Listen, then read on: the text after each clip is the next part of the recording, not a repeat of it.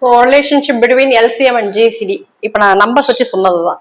அதாவது f of x எப்படி first number சொன்னோம்ல, என்ன சொன்னேன் ஃபர்ஸ்ட் நம்பர் 6 8 சொன்னேன். ஸோ ஃபர்ஸ்ட் நம்பருக்கு பதில் எஃப் ஆஃப் எக்ஸ், செகண்ட் நம்பருக்கு பதில் G of X.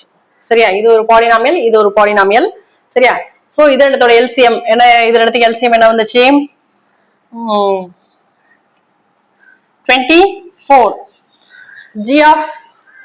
GCD of f of x comma g of x.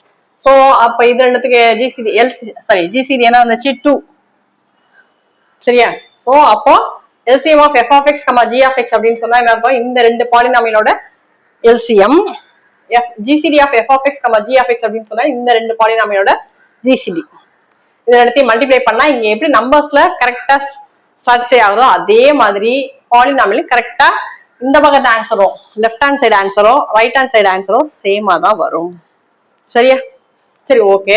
So இது எப்படி போடுறது அப்படின்னு சொன்னா பாலினாமியல் கொடுத்துட்டாங்க. பாலினாமியல் எப்படி இருக்கும், முதல்ல பார்த்தா மாத்திரம் என்னது, ஒன்னு பவர் 2ல ஸ்டார்ட் பண்ணலாம். X square plus 2ab X square plus 2x plus 3 அது மாதிரி இருக்கலாம். இல்லாட்டினா டிகிரி 3ல இருக்கலாம், அதாவது பவர் 3ல ஸ்டார்ட் பண்ணலாம். என்னது X cube plus 4x square plus 5x plus 4 is equal to 0 அது மாதிரி கூட இருக்கலாம். ஸோ அங்க எல்லாமே அடிஷன்ல இருக்கு. ஸோ ரெண்டு பாலினாமியல் அடிஷன் சப்ட்ராக்ஷன் இருக்கு. இங்க நம்ம என்ன பண்றோம், எப்படி இந்த எல்சிஎம் ஜிசில கண்டுபிடிக்கிறோம், ஃபேக்டரைஸ் பண்ணி தான் கண்டுபிடிக்கிறோம். ஸோ அப்ப நம்ம என்ன பண்ணணும்னு சொன்னா அந்த பாலினாமியல்ஸையும் நம்ம என்ன பண்ணணும், ஃபேக்டரைஸ் பண்ணணும். ஃபேக்டரைஸ் பண்ணா என்ன அர்த்தம், அதோட ஃபேக்டர்ஸை மல்டிபிளிகேஷனை கொண்டு வரணும். கொண்டு வந்ததுக்கு அப்புறம் நம்ம என்ன பண்ணணும்னு சொன்னா அதுக்கப்புறம் ஒன்னு மல்டிப்ளை பண்ண வேண்டிய இடத்துல மல்டிப்ளை பண்ணணும், இல்ல டிவைட் பண்ணி ப்ரூவ் பண்ண வேண்டிய இடத்துல டிவைட் பண்ணி ப்ரூவ் பண்ணணும். சரியா, ஸோ அவ்வளவுதான் நம்ம பண்ணுவோம். சரியா.